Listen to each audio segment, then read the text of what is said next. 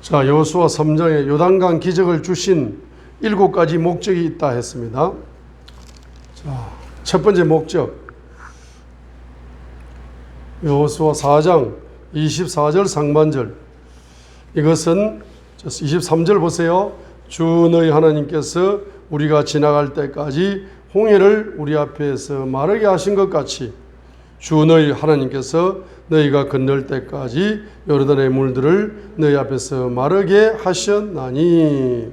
이렇게 요단강 기적을 주신 목적 첫 번째 24절, 이것은 주의 손이 강력함을 땅의 모든 백성들이 알게 하려 하십니다. 그러니까 첫 번째는 주의 손이 강력함을 계시하시기 위해서, 두 번째 또 너희가 주 너희 하나님을 영원토록 경외하게 하려 하심이라 하니까 여기에 경외의 영을 부어주기 위한 것인데, 여기다가 무슨 경외? 영원 경외의 영이다. 영원 경외의 영. 영원토록 경외의 영을 부어주셔서 영원 경외의 영이다. 그죠? 영원토록 경외하게 하실 목적으로 요단강 기적을 베풀어 주셨습니다. 자, 세 번째 목적이 뭡니까? 여호수아 3장 7절입니다.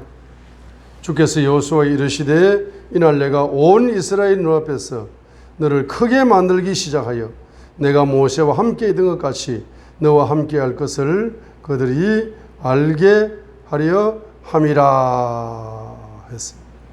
여호수아 3장 7절에 여호수아의 지도력을 높여주실 목적으로 이 요단강 기적 한 번의 사건을 통해서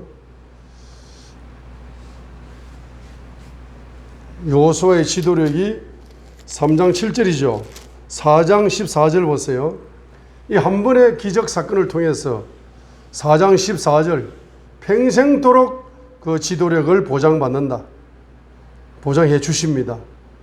4장 14절 그날에 주께서 온 이스라엘의 눈앞에서 여호수아를 크게 하시며 그의 평생 동안 그들이 모세를 두려워하던 것 같이 그를 두려워하였더라. 평생 동안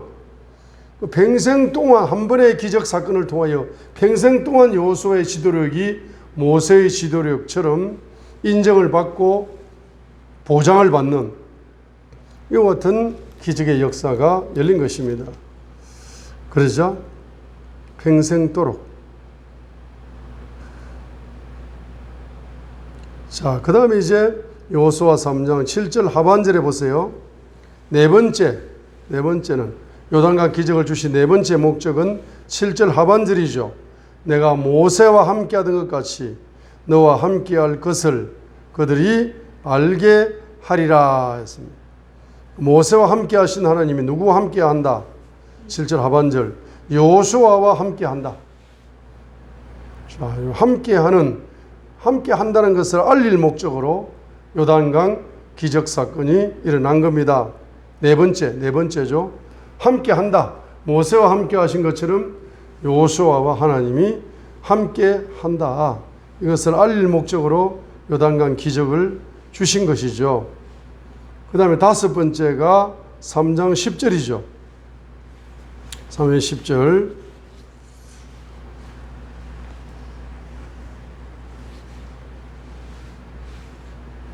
지금 여호수아 3장 9절 보세요. 여호수아가 누구에게? 이스라엘 자손에게 이르되 이리 와서 주 너희 하나님 말씀을 들으라 하고 또 이르되 살아계신 하나님께서 너희 가운데 계시사 가나안 헷 히위 여부스 기르가스 아모스 여부스 족속을 너희 앞에서 실수 없이 쫓아내실 줄을 너희가 이 일로 알리라 하고 믿음의 확신을 주는 겁니다. 앞으로 가나안 7족속을 실수 없이 하나님이 다 정복하게 만들어 줄 것이라는 것을 한 번의 기적을 통해서 너희들이 믿으라는 거예요. 요단강 기적, 정말로 엄청난 기적, 상상할 수 없는 기적. 어떻게 그 물이 철철 넘치고 있는데 거기를 첨벙첨벙 걸어 들어가면서 거기를 건너냐. 그 말만 들어도 가나안 7족속의 왕들이 오금이 저릴 정도로 상상을 초월하는 기적을 지금 경험하는 겁니다. 그 경험하는 목적이 뭐냐? 그 한 번의 기적을 통해서 미래적으로 가나안 7족속을 31명의 왕을 정복하는, 완전히 정복하는 것을 하나님이 100% 이렇게 정복해 줄게. 요단강 갈라지는 기적처럼 정복하게 만들어 줄게. 요것을 믿으라는 거예요. 이 믿음의 확신, 요것을 누구에게? 이스라엘 백성에게 말합니까? 이스라엘 자손에게 말합니까? 9절에 이스라엘 자손에게 말하는 거예요. 이스라엘 왜 자손에게 말합니까? 백성에게 말하지 않고 자손에게 말한다고 표현합니까? 이스라엘 자손 속에는 누가 있다? 여호수아도 있고 직무 수행자도 있고 제사장도 있고 이스라엘 백성도 있고, 다 종합적으로 한 단어로 요약해서 표현하는 표현법이 이스라엘 자손에게 말하는 거죠. 여호수아가. 그래서 이 이스라엘 자손 속에 저와 여러분도 믿음으로 이스라엘 자손인 거죠. 그러니까 말씀을 잘 들어야 됩니다. 어떻게?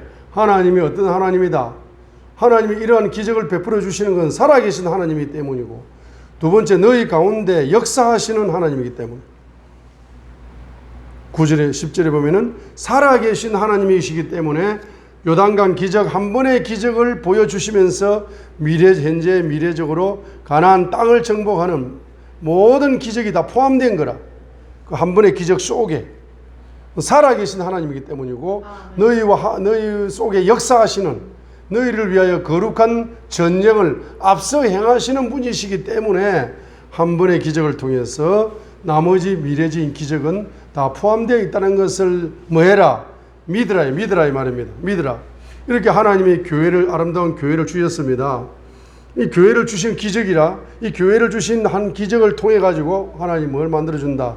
앞으로 열방의 신학교를 세우고, 대한민국 모든 동단위마다 중보기도 센터를 세우고, 그런 기적, 그 기적이 일어나야 그런 일이 납니다. 그런 사역들이 교회가 생겼다는 이 한 번의 기적 속에 몽땅 담아가지고 주었다는 거야. 그걸 뭡니까? 믿음을 가지고, 확신을 가지고 선포하라는 거야. 감사하라는 거야. 영광 돌리는 거야. 그만큼 이 요단강 사건이 중요하단 말이죠. 자, 그래서 여섯 번째에 요단강 기적을 주신 목적, 여섯 번째는 8절입니다. 8절. 자, 8절 읽겠습니다. 너는 언약궤를 메는 제사장들에게 명령하여 이르기를, 너희가 요르단의 물가에 이르거든 요르단 속에 가만히 서라 하라 하시니라. 자, 언약궤를 메는 제사장들이 지금 두 가지 명령을 내립니다. 첫 번째 명령은 뭐겠습니까? 첫 번째 명령은 바로 너희들이 뭐해라? 바로 언약궤를 메고, 14절 하반절 15절 보세요. 언약궤를 메고 요단 강물이 지금 언덕까지 철렁철렁 넘치고 있는데, 거기 언약궤를 메고 그냥 들어가 죽어버리는 거야. 들어가라는 거야. 첫 번째 명령. 그 명령을 순종하기가 쉬워요? 어려워요? 어려워요. 목숨을 거는 거야. 이 물이 안 갈라지면 물에 빠져 죽는 겁니다. 그런데도 이 명령을 받았어요. 그래서 백성이 요르단을 건너려고 자기들이 장막에서 떠날 때에 14절 하반절 보세요. 제사장들에게 내린 첫 번째 명령이 뭡니까? 제사장들은 백성 앞에서 언약궤를 메고, 자, 요단강이 수확할 때에 항상 그것에 모든 둑에서 물이 흘러 넘쳤죠. 물이 요단강물 둑까지 흘러 넘치고 있어요, 지금. 우리 텔레비 같은 데 보면 홍수가 나가지고 비가 쏟아지니까, 비가 막 갑자기 쏟아지니까 홍수 나가지고 물이 막 파도쳐 내려가죠. 넘쳐. 하천을 넘치죠. 그런 무시무시한 상황입니다. 그때 개를 맨 자들이 요르단에 이르며, 자, 개를 맨 자들이 요르단에 이르며, 개를 맨 제사장들이 발이 물가에서 잠긴이라 했잖아. 지금 제사장들의 발이 지금 요르단 강물에 지금 잠기고 있어요. 그리고 지금 요르단 강물이 지금 언덕까지 둑까지 흘러 넘치고 있어요. 이런 상태에서 언약궤를 메고 그 물속으로 들어가기가 쉽지 않습니다. 첫 번째 명령 순종하기가 쉽지 않아요. 그런데 이 제사장은 뭐 하는 사람이다? 언약궤를 메었기 때문에, 언약궤는 하나님이 함께 하시기 때문에 나는 빠져 죽어도 죽지 않는다는 믿음을 가지고 일단 요단강에 들어가는 겁니다. 그 명령, 첫 번째 명령을 순종했어요. 근데 두 번째 명령은 뭐냐 하면은 요단강 한 중앙쯤 들어가가지고 거기 가만히 서가 있으라는 거야. 백성들이 다 건널 때까지 가만히 서가 있으라는 건 더 무서운 명령이라. 그 어떻게 서가 있냐고. 16절. 응? 8절에 보세요. 너는 언약궤를 매는 제사장들에게 명령 이르기를 너희가 요르단의 물가에 이르거든 요르단 속에 가만히 서라. 중앙에 서 있으라는 거죠. 그래 16절에 보세요. 위에서부터 내려오던 물들이 일어서고 솟아올랐어요. 갑자기 물들이 막 일어서고 솟아오르는 거야. 사르단 옆에 도시 아담에서부터 멀리 떨어진 곳에서 한 무더기 위에 뭡니까? 물이 갑자기 쌓이는 거야. 차곡차곡. 흐르지 끊겨가지고. 물이 그냥 짝짝짝짝 쌓이는 거야. 평야의 바다 곧 여매로 내려가던 물들은 모자라서 끊어지며 백성이 똑바로 여리고를 마주보며 건넜더라. 주의 언약궤를 맨 제사장들은 요르단 한가운데서 마른 땅에 뭐했다? 굳게 서가 있죠. 요단강 한가운데 중앙에 지금 마른 땅에 가만히 서가 있고 그 다음에 모든 이스라엘 사람은 백성들은 마른 땅을 건너더니 마침내 온 백성이 깨끗하게 요단강을 건너갔죠. 그죠? 그러니까 여호수아 4장 1절로 2절에서 각 지파 한 사람씩 어디로 가라? 저기 제사장들이 발이 있는 곳에 다시 돌아가가지고 거기에 돌 한 개씩 가져와가지고 12개의 돌을 기념비로 길가에 세우라. 이렇게 이제 명령을 내리는 거거든. 그러면 그 제사장이 지금 두 가지 명령을 수행해야 되는데 첫 번째 명령은 혹시 수행할 수 있다. 믿음으로. 언약궤를 배웠으니까 하나님이 함께 했으니까 그냥 가다가 순교하지 뭐 하면서 물이 안 갈라지면 죽지 뭐 하면서 그냥 요단 강물을 척척 들어갈 수 있는 겁니다. 목까지 물이 올 때까지 그냥 들어갈 수 있어요. 근데 두 번째가 힘든 겁니다. 두 번째가 뭡니까? 그 중앙에 가만히 서가 있으라는 게 얼마나 무섭겠습니까? 물이 넘쳐오면 바로 죽어버리는데, 내려가 버리는데, 그 마른 땅에 굳게 돌멩이 12개를 가져갈 때까지 그 가만히 서가 있는 거라. 그러니까 이 제사장들이, 언약궤를 맨 제사장들은 절대적인 뭘 하는 사람들이다. 순종을 하는 사람들입니다. 이렇게 제사장들이 절도적으로 순종을 해야 될 뿐만 아니라 여기에 나오는 백성들은 순종을 해야 된다, 안 해야 된다? 백성들은 순종해야 됩니다. 그래서 3절과 4절에 백성들에게 명령합니다. 백성 너희가 주 너희 하나님의 언약궤와 그 궤를 맨 레위 사람 제사장들을 보거든 너희 저소를 떠나라. 두 번째 그것의 뒤를 따르라 그랬죠. 그죠? 그래서 이제 너희들이 저소를 텐트를 치고 텐트를 굳고 이제 그 제사장을 따라 요단강을 따라가라. 그런데 4절이 중요합니다.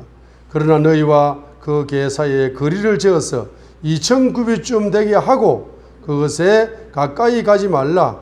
그리하면 너희가 반드시 가야 할 길을 알게 되리니 너희가 이전에 이 길을 지나지 아니하였느니라. 처음으로 지나는 길입니다. 요단강 갈라지는 것은 지구 역사상 처음이라. 너희가 한 번도 경험하지 못한 길을 가야 되는 겁니다. 그 길을 갈 때에 반드시 언약궤를 맨 제사장들의 발자국을 따라가는데 너무 그 사람들 가까이 가면 시험 들어. 예? 그 사람들 믿음하고 너희들의 믿음하고는 차원이 달라. 언약궤를 맨 제사장들의 믿음하고 그냥 평신도의 믿음은 차원이 다른 거야. 그렇기 때문에 너무 가까이 그 사람들 가까이서 그 사람들하고 너무 친하게 지내지 마라. 예? 어느 정도 거리를 두어야 인간관계가 유지가 되는 거지. 자꾸만 너무 사랑한다 해서 너무 가까이 하게 되면은 너희들이 뭡니까? 순종하지 못하게 된다. 불순종하게 된다. 어느 정도 인간적으로 어느 정도 영적으로 어느 정도 거리를 좀 둘 필요가 있어요. 그렇죠? 자, 그렇기 때문에 이제 그 언약궤를 통해서 하나님을 경외하는 모습을 보여야 된다는 거라. 언약궤를 맨 제사장들의 모습을 보면서 하나님을 경외하는 그런 마음 자세를, 겸손한 마음 자세를 백성들이 가질 필요가 있습니다. 그렇기 때문에 너무 가까이 하지 말고 너무 멀리도 하지 말고 적당한 거리에서 그 목사님들을 따라가라 이 말이에요. 이거 명령이죠. 백성들이 이 명령을 그대로 준행하는 겁니다. 그래서 명령을 준행하는 사람이 군인이야, 군인. 군인은 무슨 신앙을 가진 거냐? 레마 신앙을 가진 겁니다. 그래서 명령에 복종하는 레마 신앙을 가져야만이 너희들이 기적의 문이 열린다는 것을 보여주실 목적으로 이와 같은 말씀을 내려주는 겁니다. 여호수아 3장 8절 같은 말씀. 명령신앙은 기적을 창조하는 신앙임을 알려주실 목적이죠. 명령신앙은 기적을 창조하는 신앙이다. 명령신앙은 기적을 창조하는 신앙이다. 명령신앙은 영생의 신앙이다. 영생의 신앙. 명령신앙은 영생의 신앙이라는 것을 요한복음 12장 마지막 절에서 말씀하셨죠. 요한복음 12장 50절. 나는 그분의 명령이 영존하는 생명인 줄 아노라. 그러므로 내가 무엇을 말하든지 아버지께서 내게 말씀하신 그대로 내가 말하노라 하시니라. 나는 그분의 명령이 영생인 줄 아노라 라고 요한복음 12장 50절에서 말씀했습니다. 이 명령신앙은 요한복음 12장 50절 영생의 신앙이고, 그 다음에 이 명령신앙은 기적신앙이라. 기적신앙을 창조합니다. 그게 여호수아 3장 8절이죠. 그래서 앞으로 너희들이 뭐요? 10절 가나안 7족속을 앞으로 점령하려면은 다른 거 없어. 뭐만 잘하면 된다. 명령에 뭐만 잘하면 된다. 순종만 잘하면은, 하나님의 말씀에 순종만 잘하면은, 하나님의 말씀을 명령으로 받아서 순종만 잘하면은 그 말씀이 앞서서 역사하신다. 말씀이 앞서서 전쟁을 하기 때문에 대적들은 너희의 밥이 될 것이다. 자, 일곱 번째가 여호수아 4장 6절로 8절이죠. 자, 여호수아 4장 1절로 8절이 첫 번째 단락. 자, 그 다음에 19절로 24절이 두 번째 단락입니다. 후손의 신앙 교육으로 신앙을 전이시켜라. 그게 여호수아 4장 1절로 8절이 첫 번째 단락이죠. 두 번째 단락은 19절로 24절까지가 두 번째 단락이죠. 자, 우리 18절 봅니다. 주의 언약궤를 맨 제사장들이 요르단 한가운데서 나와서 마른 땅을 향해 발바닥을 들어 올리는 순간 요르단의 물들이 제자리로 돌아가 예전과 같이 흐르며 그것의 모든 뚜개까지 넘쳤더라. 얼마나 놀랐겠습니까? 지금 이걸 제사장이나 백성들이나 여호수아도 놀랬지만은 여호수아 5장 1절에 보면은 요단강 서쪽에 있는 모든 왕들이 이 사건을 듣고 놀래버린 거예요. 그죠? 그 정도로 어마어마한 인간의 힘으로는 이해할 수 없는, 인간의 상식으로는 이해할 수 없는 기적이, 요단강 기적이 일어난 거라. 요단강이 갈라지는 기적이 일어난 겁니다. 자, 그래서 이러한 기적들을 거기에 돌 12개를 가지고 바로 기념으로 세워서 너희 후손들에게 그 신앙을 교육시켜서 신앙을 전이하라는 것이 여호수아 4장 1절로 8절일 뿐만 아니라 그 다음에 다시 한번 19절로 24절에서 다시 한번 요약하면서 강조하고 있는 것이다 이 말입니다.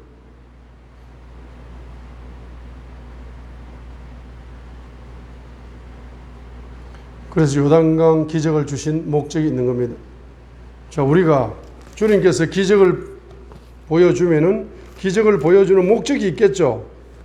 기적을 보여주면은 기적만 따라가는 기적주의자가 있고 그 기적의 목적을 발견하여 신앙이 성장하는, 성숙하는 그런 사람이 있습니다.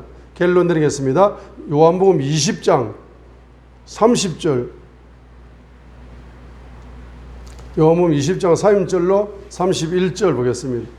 요한복음에서 예수님께서 7가지 표적 외에 7가지 표적 외에 더 많은 표적들이 행하셨습니다.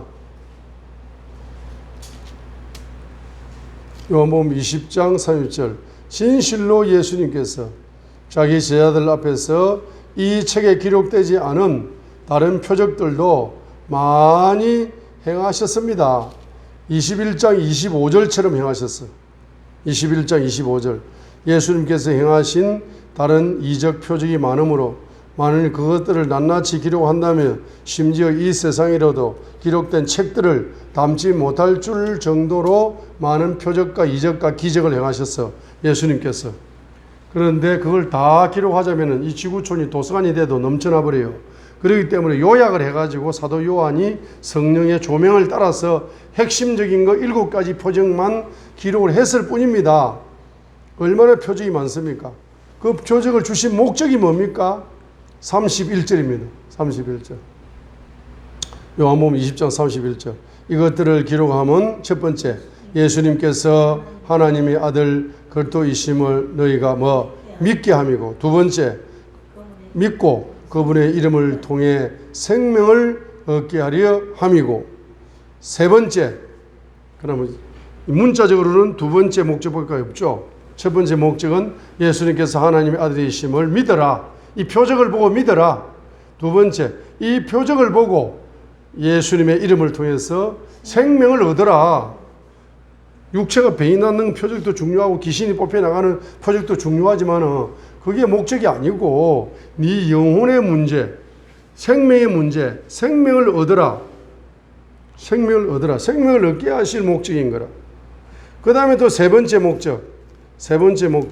그분의 음성에 순종함으로 풍성한 생명을 얻어라.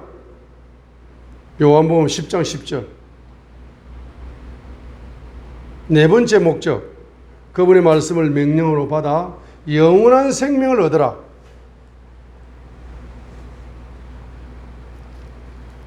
표적을 주시는 목적, 기적을 주시는 목적이 뭡니까? 첫 번째는 뭐다? 요한복음 20장 31절에 예수께서 하나님의 아들이심을 믿으라. 믿고 구원을 받으라. 두 번째, 그분의 이름을 통해서 뭘 얻으라?